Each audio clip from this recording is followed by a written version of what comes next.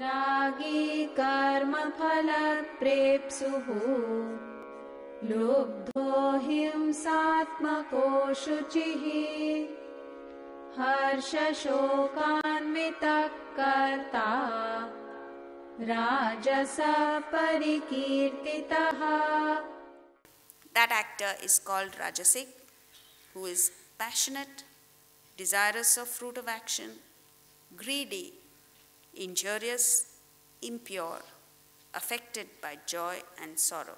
So, here is the Rajasic actor who is the exact opposite of the Sattvic actor.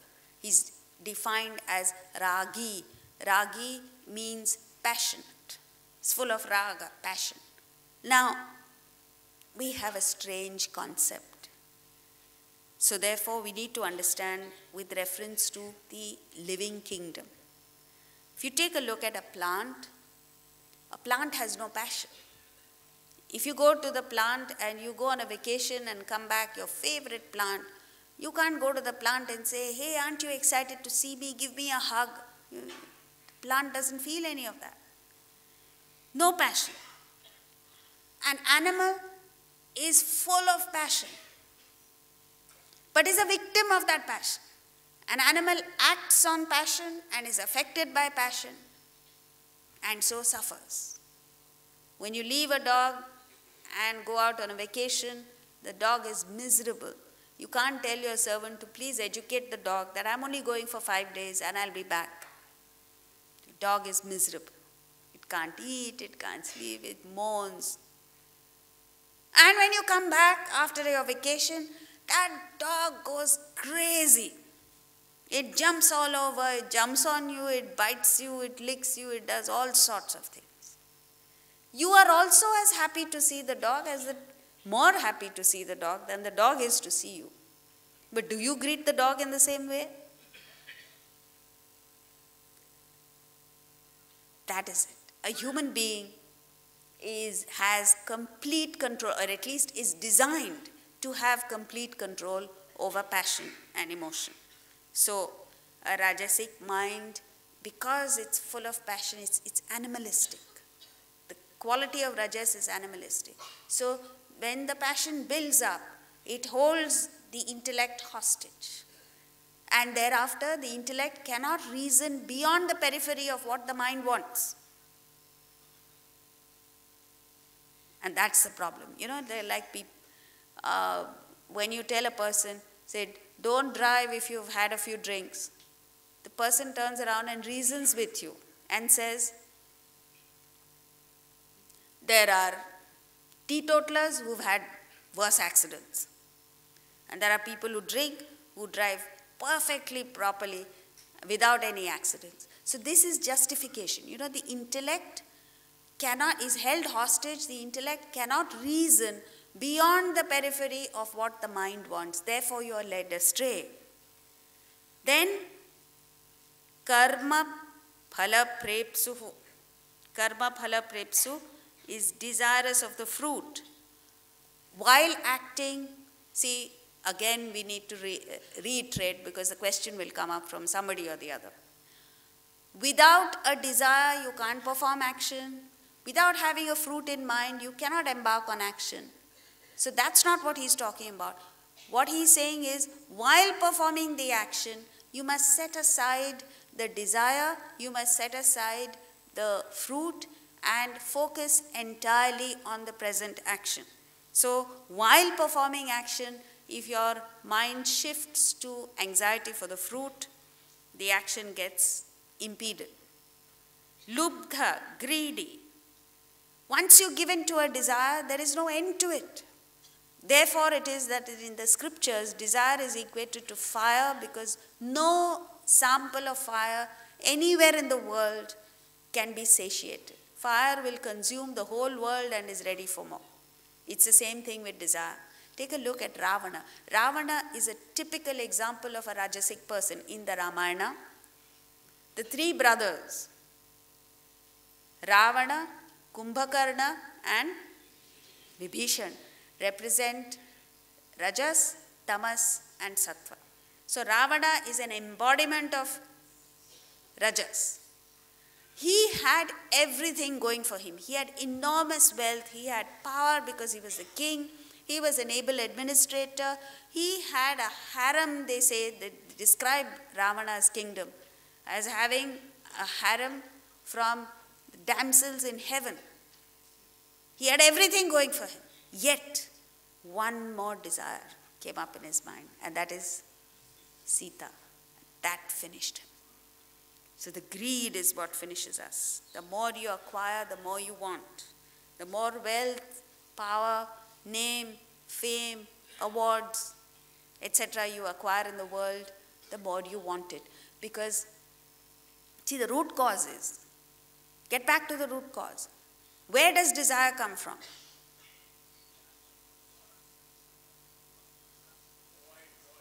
Void. When your stomach is empty, as it perhaps is now, we are busy discussing sattva, rajas, tamas here, but your thoughts are going to an object called food. The desire for food comes only when the stomach is empty. If the stomach is full and you've overeaten and you're feeling uncomfortable because you've overeaten, if somebody even suggests food, you say, oh, please don't talk about it. That makes me sick. So, desire comes because of a basic feeling of emptiness within you.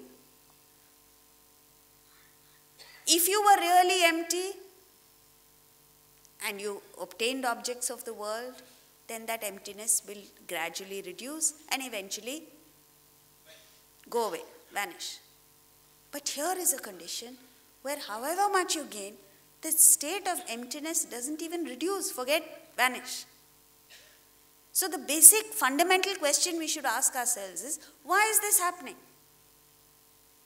And Vedantic sages, many thousands of years ago, discovered the truth. And the truth is that if you were really empty, by filling it, you will get over the problem. You'll solve the problem. But if that emptiness is imaginary, which it is, that can never be filled. An imaginary emptiness can only be filled by one solution, and that is knowledge of your fullness. So the sages tell us that even as you are feeling empty, even as you are haunted by this feeling of emptiness from birth to death, from wake up time till the time you go to bed, the truth of the matter is you are full, not just full. You are paripurna. Paripurna, totally fulfilled. So therefore, now you know that however many desires you cultivate, you will never reach satiation. Because that is not what the problem is. So therefore, lubdha. And then when your greed is not satisfied, you become vicious, malicious, himsatmakaha, injurious, hurtful to people. Because you feel competitive towards everyone. You feel a sense of separateness with everyone. And you feel everyone is an enemy. And that's the problem. You view benefactors as enemies. Himsatmakaha. And all this leads to ashuchi. Ashuchi means impure. Impure at every level of your personality. A rajasic person is impure at the environment level. You know, a rajasic person, because his mind is in confusion, he needs an environment that is confused to make him happy. So you go to a person's home, it may be a very expensive home, but it's cluttered, it's full of clutter. I went to someone's home the other day, not one wall is bare. Every wall is full of different kinds of paintings which don't even match with each other. Every table is full of little expensive but curious. So if you want to put a piece of paper on a table or a glass of water, there is no place. It's full of clutter. Impure. Such a person, a rajasic person, checks into a hotel room By the time he checks out, it seems as if there's a hurricane been in the room. Everything is messy.